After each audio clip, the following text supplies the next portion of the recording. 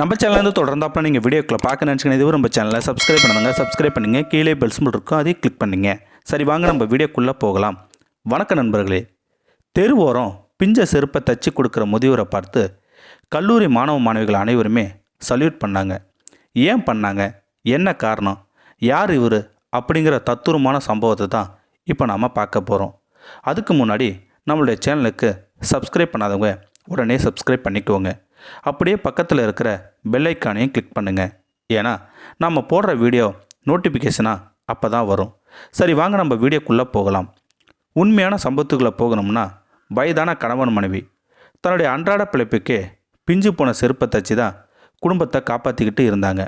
இதுலேயும் அந்த வயதான முதியவருக்கு செருப்பு தைக்கிறதுல பல வித்தகரும் கூட சொல்லலாம். ஏன்னா அந்த அளவுக்கு தன்னுடைய தொழில் மீது அவ்வளோ ஈடுபாடு. அது மட்டும் இல்லை, அந்த வயதான முதியோர் ஓஞ்சி உட்கார காலத்திலும் உழைச்சி தான் சாப்பிட்ணும் அப்படி ஒரு மனிதர் கூட சொல்லலாம் இல்லையா. அந்த வயதான முதியோர் ஒரு நாள் முழுக்க செருப்பு கூட தைச்சாலும் கிடைக்கும் வருமானம் எவ்வளோ தெரியுமா? 100 ரூபா தான் கிடைக்கும். அதை வச்சு தான் காலத்தை ஓட்டிக்கிட்டு வருவார். ஒரு செருப்பு தைச்சா 2 அல்லது 5 ரூபா தான் வாங்குவாங்க. இது அன்றாட நடக்கும். இதை வச்சு தான் தன்னுடைய மனைவிக்கும் மகளையும் காப்பாற்றிட்டு வர்றாரு அந்த வயதான முதியவர். திடீரென்று ஒரு நாளைக்கு தன் மனைவிக்கோ தனக்கோ உடல்நிலை சரியில்லாமல் போயிட்டாலும் அந்த 100 ரூபா வச்சு தான் செலவு பண்ணிப்பாராம். அந்த 100 ரூபா இல்லைனா கூட அன்றைக்கு சாப்பாட்டுக்கு வழி இல்லாமல் போயிடுமா. இதனாலேயோ தனக்கோ தன் மனைவிக்கோ உடல்நிலை சரியில்லாமல் போகாத மாதிரி இருப்பாங்களாம். இதன்லேயும் மனசுக்கு கஷ்டமான சம்பவம் என்னென்னா, மகளையும் சிறு வயதிலிருந்து கல்லூரி வரை அந்த சொற்ப வருமானத்தில் தான் படிக்க வச்சாராம் அந்த வயதான முதியவர். எப்பயுமே அந்த வயதான முதியவர் செருப்பு தைக்கிற இடம்னா ஒரு பெரிய கல்லூரி வாசல் தான் இருப்பார். அந்த வயதான முதியவர் மழை, இடி, வெயில் எது வந்தாலும் தான் இருக்கிற இடத்த விட்டு வரவே மாட்டாராம். அந்த அளவுக்கு அந்த முதியவர் தான் வேலையில் அவ்வளோ ஈடுபாடாக இருப்பாராம் அந்த வயதான முதியவர்.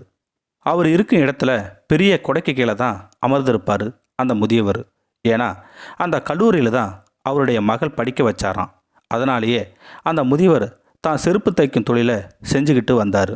ஆனால் அந்த கல்லூரி மாணவ மாணவிகள் அனைவருமே அந்த முதியவரை தினந்தோறும் கிண்டலும் கேலியுமாக செய்வாங்க. ஆனால் நான் வயது முதிர்ந்தவர் என்று கூட பார்க்காம கிண்டலும் கேலியும் அவமானமும் செய்கிறாங்க அப்படின்னு ஒரு நாள் கூட நினச்சி வருத்த கூட பட மாட்டாராம். அந்த அளவுக்கு தன்னுடைய தொழிலை தான் மதித்தார். மற்றவங்க மதிக்கலை அப்படிங்கிற ஒரு எண்ணத்தை கூட நினைக்கவே மாட்டாராம். அதே மாதிரி கல்லூரி படிக்கும் மாணவ மாணவிகளுக்கு பிஞ்சு போன செருப்பை தைச்சாலும் கரராக பணம் கூட கேட்கவே மாட்டாராம். இதனாலேயே பெண்கள் மத்தியில் அந்த வயதான முதியவருக்கு பெயர் இருக்குது. பெண்களுக்கு செருப்பு தைச்சு கொடுத்தாலும் காசு கேட்க மாட்டாராம். இதனாலேயே அவருக்கு பெண்கள் மீது வன்புணர்வும் ஜொல்லுப்பாட்டினும் கிண்டலும் பண்ணுவாங்களாம் அந்த மாணவ மாணவிகள். இது காது படக்கூட சொல்லுவாங்களாம். அதை கூட அவர் நினச்சி வருத்த கூட பட மாட்டாராம் அந்த வயதான முதியவர். இது மாதிரி ஒரு நாள் தன்னுடைய வேலையை பார்த்துக்கிட்டு இருந்தார் அந்த வயதான முதியவர். அப்போது கல்லூரி முடிய நேரம். அன்னைக்கு தான் அந்த முதியவருக்கு வாழ்க்கையில் ஒரு திருப்பு முனையும் ஏற்பட்டுச்சு. ஏன்னா கல்லூரி முடிஞ்சு கல்லூரி மாணவ மாணவிகள், பிரின்சிபால், சக ஊழியரும் வந்துக்கிட்டு இருந்தாங்க. அந்த கல்லூரி முதல்வர் பிரின்சிபால் கூட சக மாணவிகள் பேசிக்கிட்டு வந்தாங்க. நடந்து வரும் பொழுது தான் அணிந்திருந்த செருப்பு பிஞ்சு போச்சு அந்த கல்லூரி முதல்வருக்கு. இதை கண்ட மாணவிகள், பரவாயில்ல மேம், காம்பவுண்டு வாசலில் வழியில் ஒரு செருப்பு தைக்கும் முதியவர் இருக்கார், அவர்கிட்ட போய் தச்சுக்கலாம், அவர் பெண்கள்னாவே காசே கேட்க மாட்டார், சரியான ஜொல்லு பாட்டின்னு சொன்னாங்க. உடனே அந்த முதியவர்கிட்ட போய் பிஞ்சு போன செருப்பை தைக்கவும் கொடுக்குறாங்க. உடனே அந்த முதியவர் முகத்தில் ஒரு பொன் சிரிப்போடு வேக வேகமாக அந்த செருப்பை தச்சு கொடுத்தாரு அந்த முதியவர். உடனே அந்த கல்லூரி முதல்வர் எவ்வளோ என்று கேட்கவும் செய்கிறாங்க.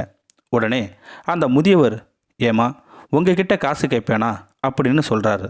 உடனே தன்னோட பர்சில் இருந்து 20 ரூபாய் எடுத்து கொடுக்கும்போது சொல்கிறாங்க, கஷ்டப்பட்டு தொழில் செய்யும்போது அன்பை பிறரிடம் காட்டுங்க, ஆனால் உங்களுடைய உழைப்புக்கு தகுந்த ஊதியத்தை கேட்டு வாங்கிக்குங்க அப்பா என்று சொல்ல, அங்கே இருந்த மாணவ மாணவிகள், கூட வேலை செய்யும் ஊழியர்கள் அனைவருமே ஒரு நிமிஷம் அதிர்ச்சியாகவும் ஆடியும் போயிட்டாங்க. நம்ம கல்லூரி முதல்வருடைய அப்பாவா ஒரு செருப்பு தைக்கும் தொழிலாளி என்று அனைவருமே அந்த முதியவருக்கு சல்யூட்டும் பண்ணுறாங்க. சாதாரண பிஞ்சு செருப்பை தச்சு தன்னுடைய ஒரே ஒரு மகளை படிக்க வச்சு ஒரு கல்லூரியை நிர்வாகம் பண்ணுற அளவுக்கு உயர்த்திய முதியவருக்கு நினைக்கும் போதே நம்ம உடம்பே சிலிர்க்குது இல்லையா? இந்த மாதிரி அப்பாக்களுக்கு என்னன்னைக்குமே நாம் எல்லோருமே கடமைப்பட்டு தான் இருக்கோம் இல்லையா? இந்த வீடியோ பற்றி கருத்தை கீழே இருக்கிற கமெண்ட் செக்ஷனில் சொல்லுங்கள். அப்படியே நம்மளுடைய சேனலை சப்ஸ்கிரைப் பண்ணாதங்க சப்ஸ்கிரைப் பண்ணுங்கள். கீழே பெல் சிம்பல் இருக்கும், அதையும் கிளிக் பண்ணுங்கள். தேங்க்யூ ஃபார் வாட்சிங்.